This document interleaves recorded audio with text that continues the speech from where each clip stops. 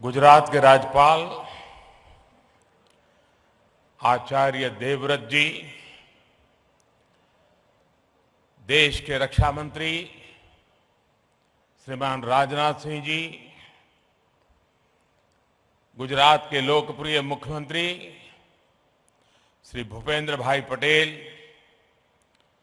गुजरात सरकार में मंत्री जगदीश भाई, अन्य मंत्रिपरिषद के सारे वरिष्ठ सदस्य, CDS general Ali Chauhan ji, chief of air staff air chief marshal BR Chaudhari, chief of naval staff admiral R Hari Kumar, chief of army staff general Manoj Pandey,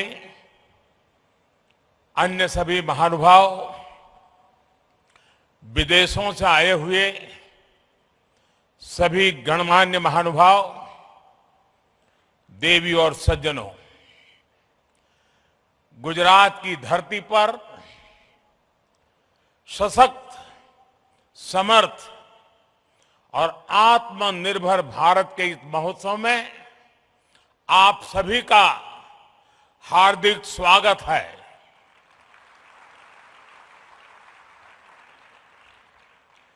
देश के प्रधानमंत्री के रूप में आपका स्वागत करना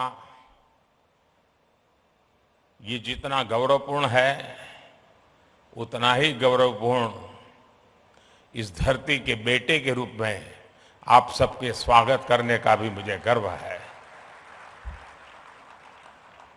डेफ एक्सपो 2022 का ये आयोजन नए भारत की ऐसी भव्य तस्वीर खींच रहा है जिसका संकल्प हमने अमृतकाल में लिया है। इसमें राष्ट्र का विकास भी है, राज्यों का सहभाग भी है। इसमें युवा की शक्ति भी है, युवा सपने भी हैं, युवा संकल्प भी है, युवा साहस भी है, युवा सामर्थ्य भी है।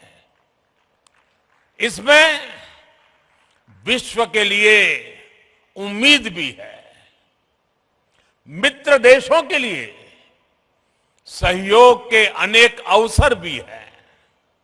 साथियों, हमारे देश में डिफेंस एक्सपो पहले भी होते रहे हैं, लेकिन इस बार का डिफेंस एक्सपो अभूतपूर्व है।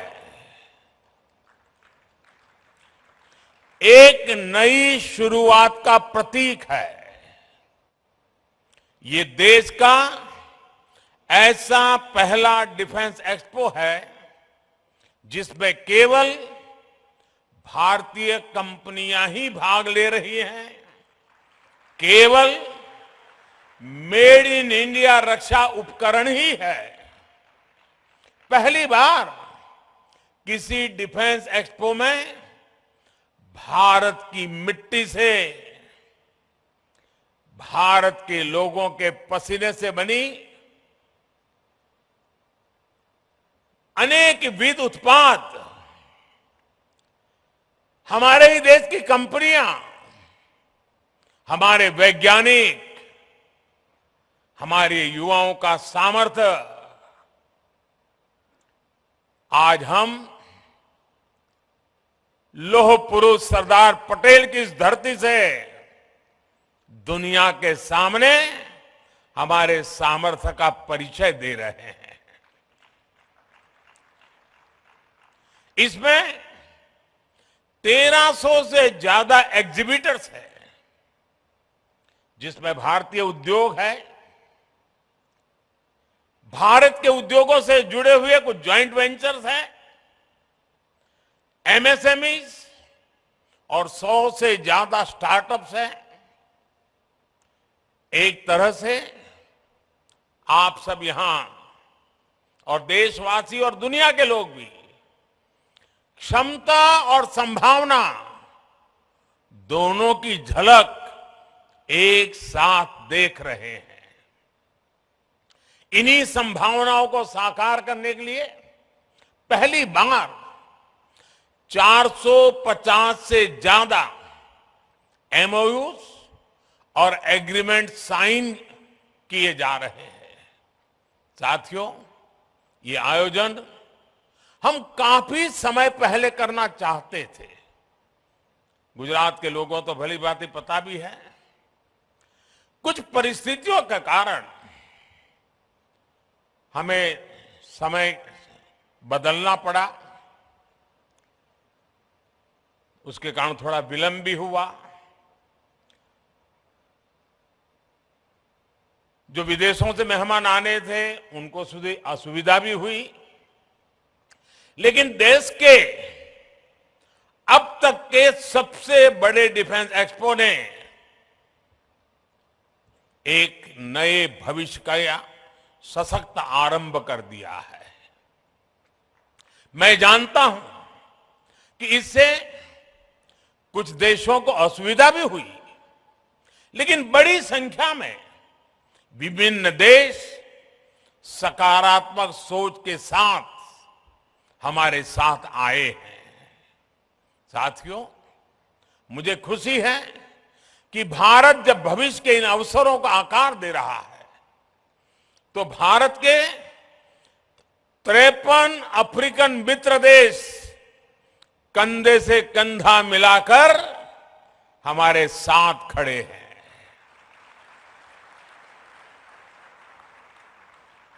इस अवसर पर दूसरा इंडिया अफ्रीका डिफेंस डायलॉग भी आरंभ होने जा रहा है। भारत और अफ्रीकन देशों के बीच ये मित्रता, ये संबंध उस पुराने विश्वास पर टिके हैं जो समय के साथ और मजबूत हो रहा है, नया आयाम छू रहा है। मैं अफ्रीका से आए अपने साथियों को बताना चाहता हूं कि आज आप गुजरात की जिस धरती पर आए हैं, उसका अफ्रीका के साथ बहुत पुराना और आत्मीय संबंध रहा है। अफ्रीका में जो पहली ट्रेन चली थी, उसके निर्माण कार्य में इसी गुजरात के कच्छ से लोग अफ्रीका गए थे और उन्होंने मुश्किल अवस्था में हमारे कामगारों ने जी जान से काम करके अफ्रीका में आधुनिक रेल, उसकी नींव रखने में बहुत बड़ी भूमिका निभाई थी। इतना ही नहीं, आज अफ्रीका में जाएंगे तो दुकान शब्द कॉमन है। ये दुकान शब्द गुजराती है। रोटी, भाजी, ये अफ्रीका के जनजीवन में जुड़ गए शब्द हैं। महात्मा गांधी जैसे वैश्विक नेता के लिए भी गुजरात अगर उनकी जन्मभूमि थी, तो अफ्रीका उनकी पहली कर्मभूमि थी। अफ्रीका के प्रति आत्मीयता और ये अपनापन आज भी भारत की विदेश नीति के केंद्र में है। कोरोना काल में जब वैक्सीन को लेकर पूरी दुनिया चिंता में थी, तब भारत ने हमारे अफ्रीकन मित्र देशों को प्राथमिकता देते हुए वैक्सीन पहुंचाई।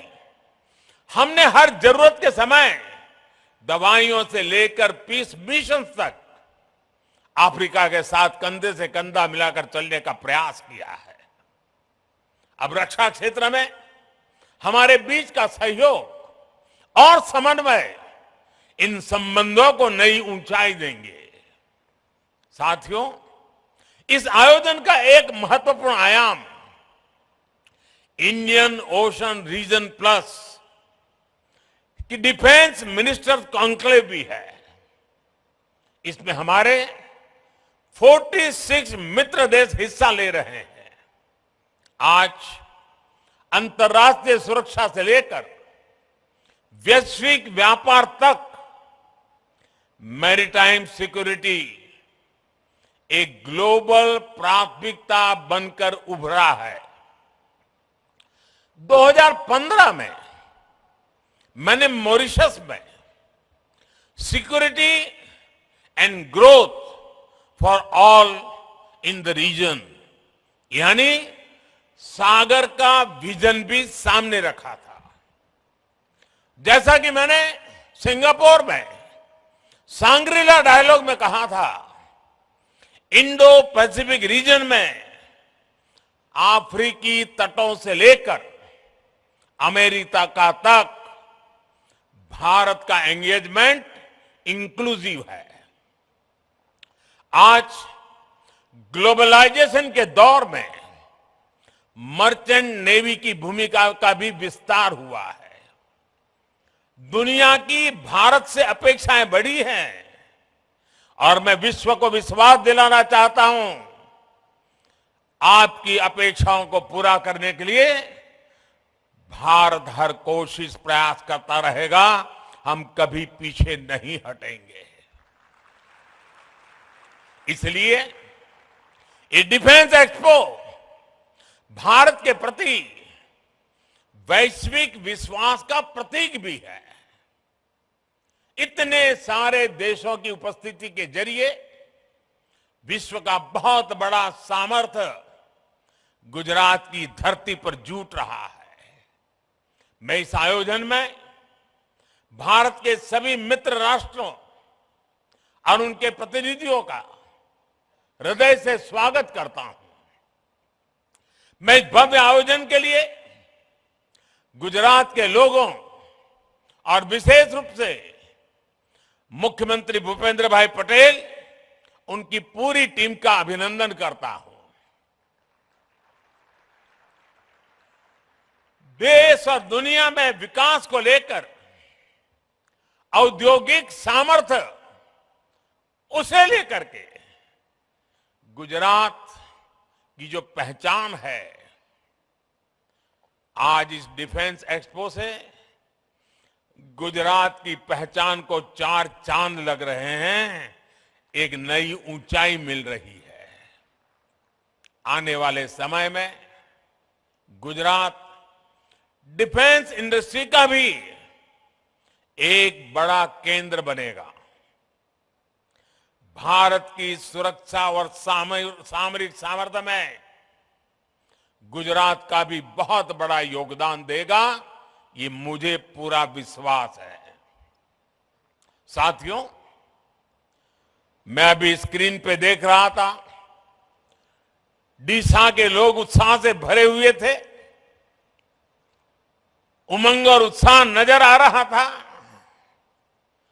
डीसा एयरफील्ड का निर्माण भी देश की सुरक्षा और उस क्षेत्र के विकास के लिए एक महत्वपूर्ण उपलब्धि है। डीसा अंतर्राष्ट्रीय सीमा से केवल 130 किलोमीटर दूर है। अगर हमारे फोर्सेस, विशेषकर हमारी वायुसेना डीसा में होगी तो हम पश्चिमी सीमा पर किसी भी दुस्साहस का और बेहतर ढंग से जवाब दे पाएंगे।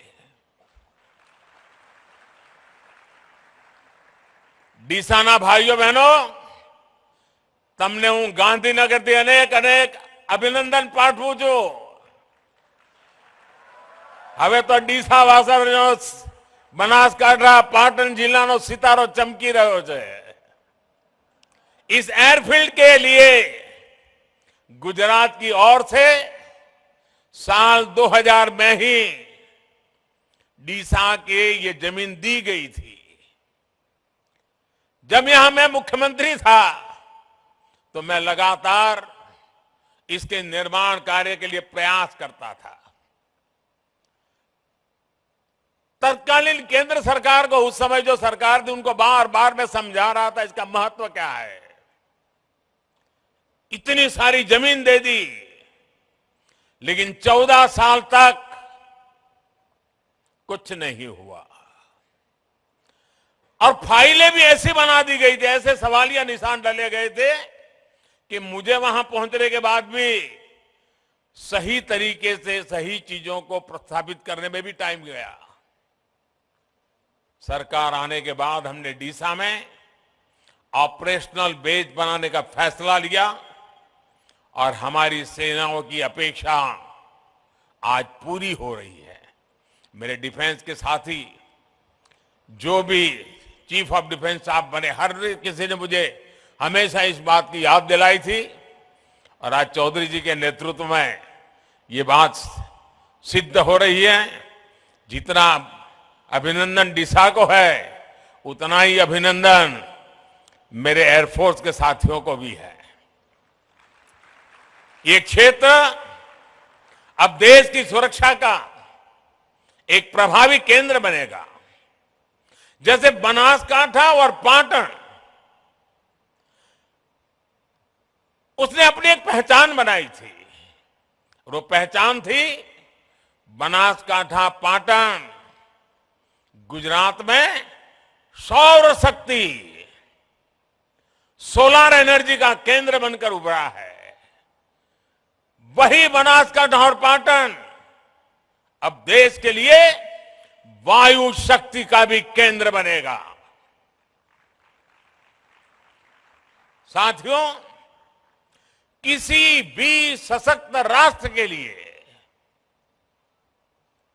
भविष्य में सुरक्षा के मायने क्या होंगे, स्पेस टेक्नोलॉजी इसका एक बहुत बड़ा उदाहरण है।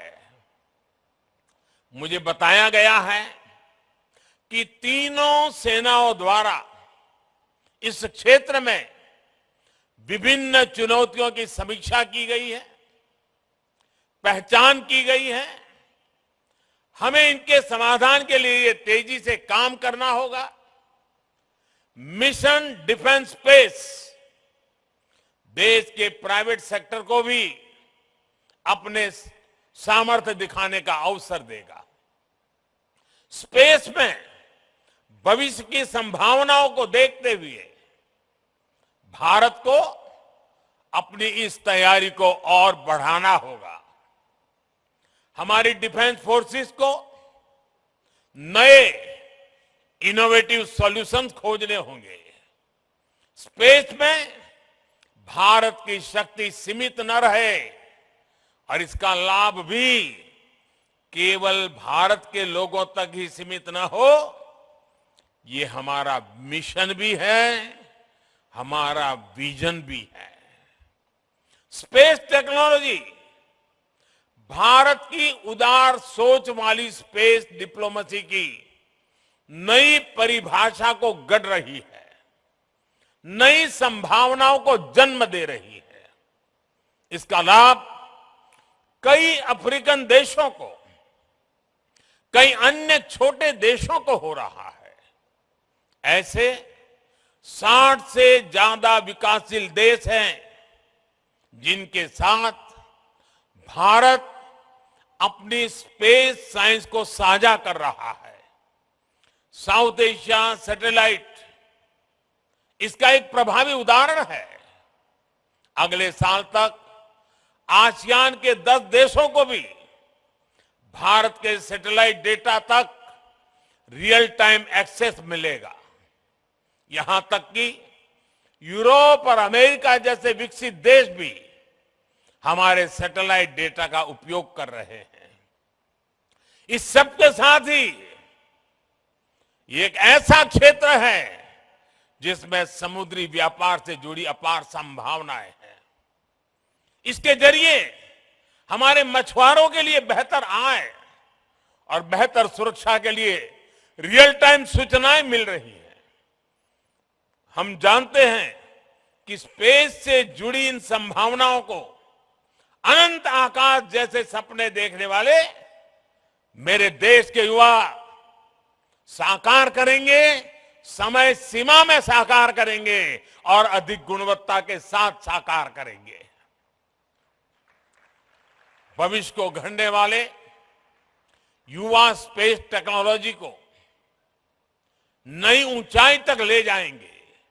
इसलिए ये विषय डिफेंस एक्सपो की एक महत्वपूर्ण प्राथमिकता है। गुजरात की इस धरती से डॉक्टर विक्रम साराभाई जैसे वैज्ञानिक की प्रेरणा और गौरव भी जुड़ा हुआ है।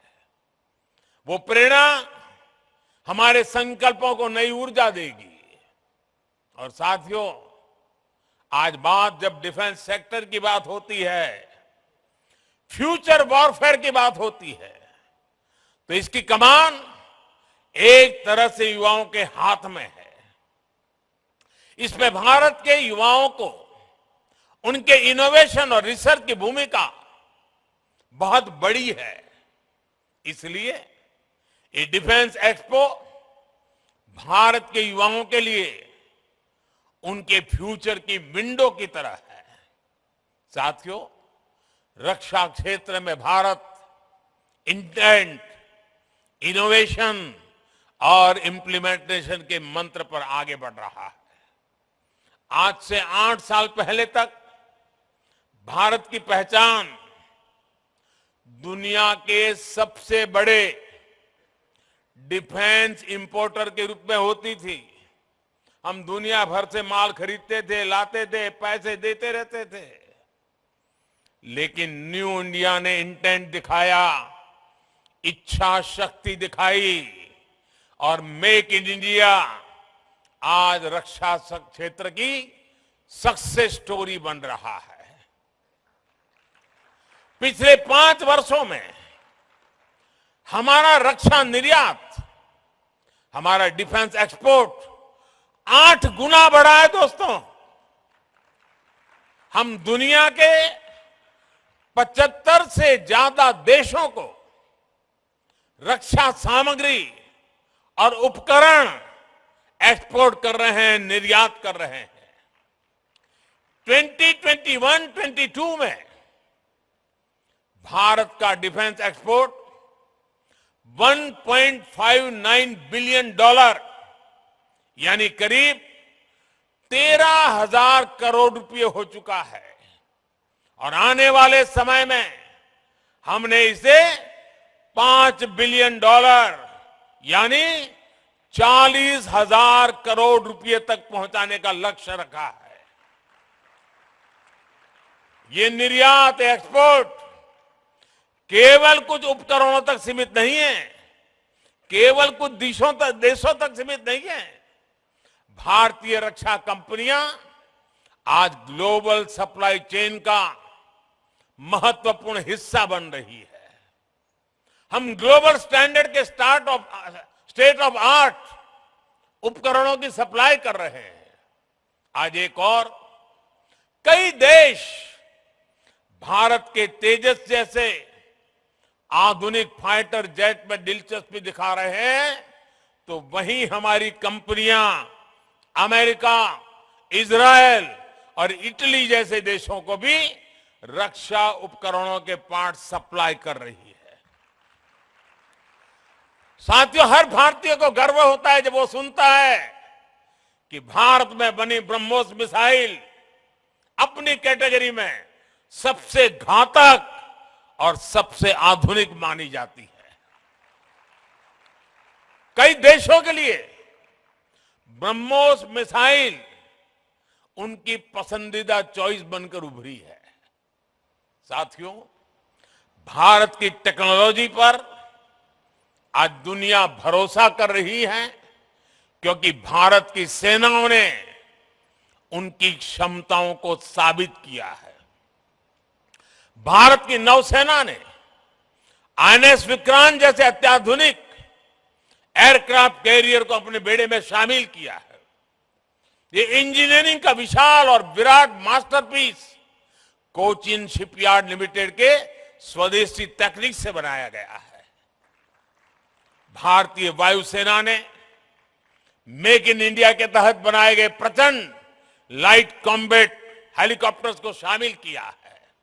इसी तरह हमारी थल सेना भी आज स्वदेशी तोपों से लेकर कॉम्बैट गन्स तक भारतीय कंपनियों से खरीद रही है। यहां गुजरात के हजीरा में बन रही मॉडर्न आर्टिलरी आज देश की सीमा की सुरक्षा बढ़ा रही है। साथियों, देश को इस मुकाम तक लाने के लिए हमारी नीतियां, हमारे रिफॉर्म्स और ईज ऑफ डूइंग बिजनेस में बेहतरी की भी बड़ी भूमिका है। भारत ने अपने रक्षा खरीद बजट का 68% भारतीय कंपनियों के लिए निर्धारित किया, ईयरमार्क किया है। यानी जो टोटल बजट है उसमें से 68% भारत में बनी, भारत के लोगों के द्वारा बनी हुई चीजों को खरीदने के लिए हमने ईयरमार्क कर दिया है। ये बहुत बड़ा निर्णय है और ये निर्णय इसलिए हुआ है कि भारत की सेना को जो प्रगतिशील नेतृत्व मिला है, उस सेना में बैठे हुए लोगों के हौसले के कारण ये निर्णय हो पा रहा है। ये राजनीति इच्छा शक्ति से होने वाले निर्णय नहीं है, ये निर्णय सैन्य की इच्छा शक्ति से होता है। और आज मुझे गर्व है कि मेरे पास ऐसे जवान है, मेरे सेना के ऐसे अफसर हैं कि ऐसे महत्वपूर्ण निर्णयों को वो आगे बढ़ा रहे हैं।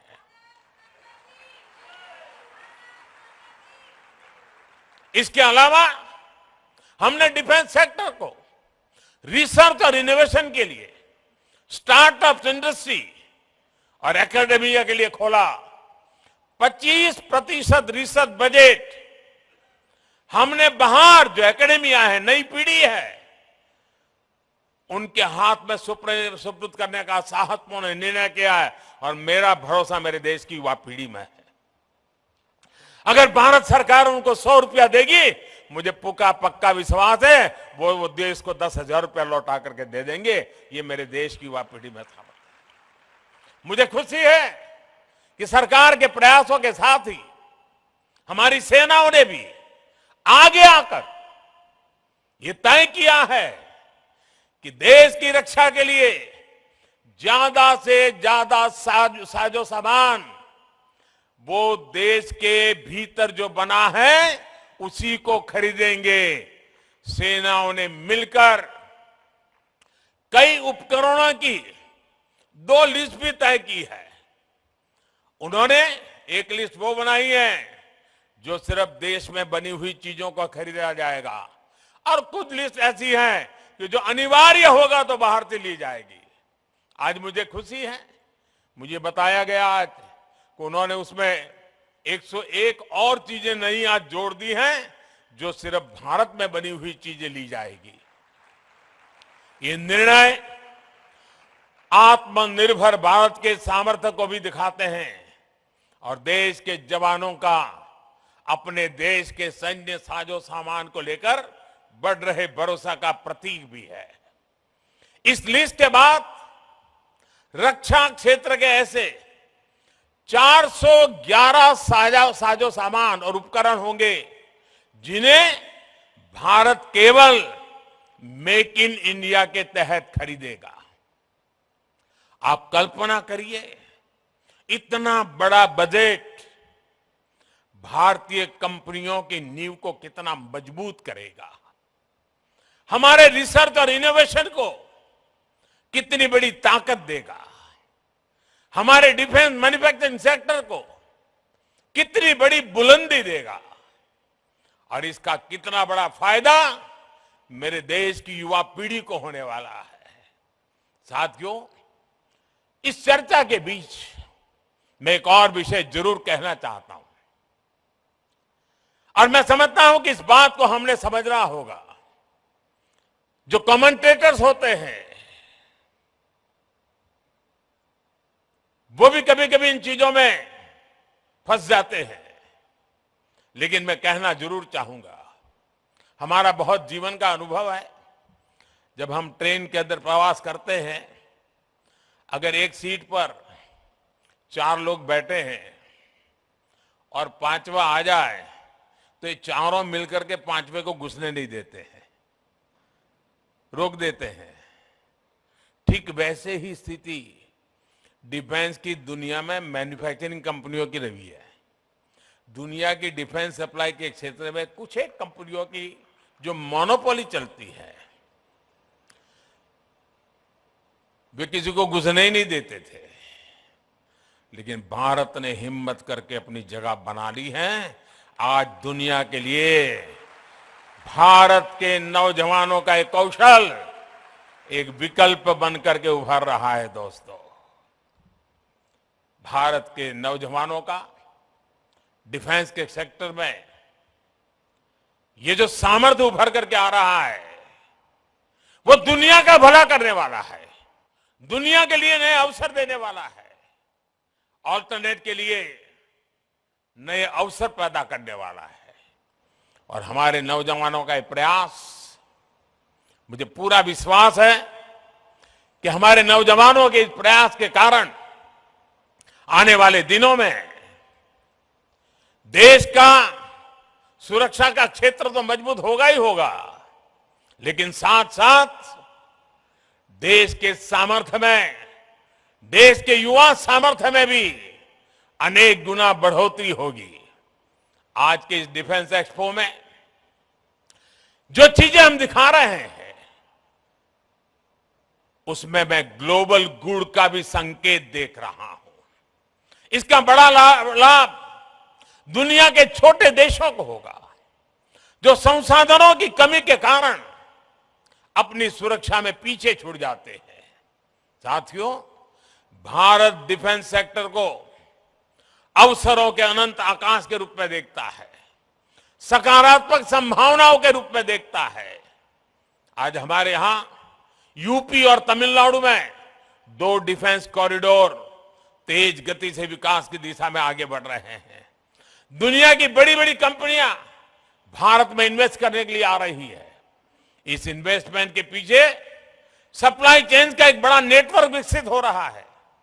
इन बड़ी कंपनियों को हमारी एमएसएमईज, हमारे लघु उद्योग की भी ताकत जुड़ जाती है, हमारे लघु उद्योगों को भी इसके कारण ताकत मिल जाती है और सहयोग करेगी। और मुझे विश्वास है हमारे इन छोटे छोटे उद्योगों के हाथ में भी पूंजी पहुंचने वाली है। इस क्षेत्र में लाखों करोड़ के निवेश से युवाओं के लिए उन क्षेत्रों में रोजगार के बड़े अवसर पैदा होने वाले हैं और एक नए विकास की ऊंचाई को प्राप्त करने की संभावना हो जाती है। मैं गुजरात डिफेंस एक्सपो में मौजूद सभी कंपनियों से भी आह्वान करना चाहता हूं, आप इन अवसरों को भविष्य के भारत को केंद्र में रख करके आकार दीजिए। आप मौका जाने मत दीजिए, आप इनोवेट करिए, दुनिया में बेस बनाने का संकल्प लीजिए और सशक्त विकसित भारत के सपने को आकार दीजिए। और मैं नौजवानों को, रिसर्चर्स को, इनोवेटर्स को विश्वास देता हूं, मैं आपके साथ हूं। आपके उज्जवल भविष्य के लिए मैं मेरी आज आपके लिए खपाने के लिए तैयार हूं। साथियों, देश बहुत तेजी से बदल रहा है, आप भी अनुभव करते होंगे। यही देश कोई जमाना था जब कबूतर छोड़ा करता था, आज चीता छोड़ने की ताकत रखता है।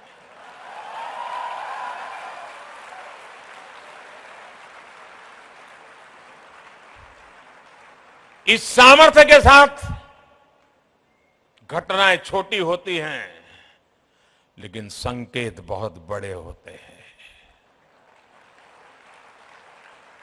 शब्द सरल होते हैं लेकिन सामर्थ्य अपरंपार होता है। और आज भारत की युवा शक्ति, भारत का सामर्थ्य विश्व के लिए आशा का केंद्र बन रहा है।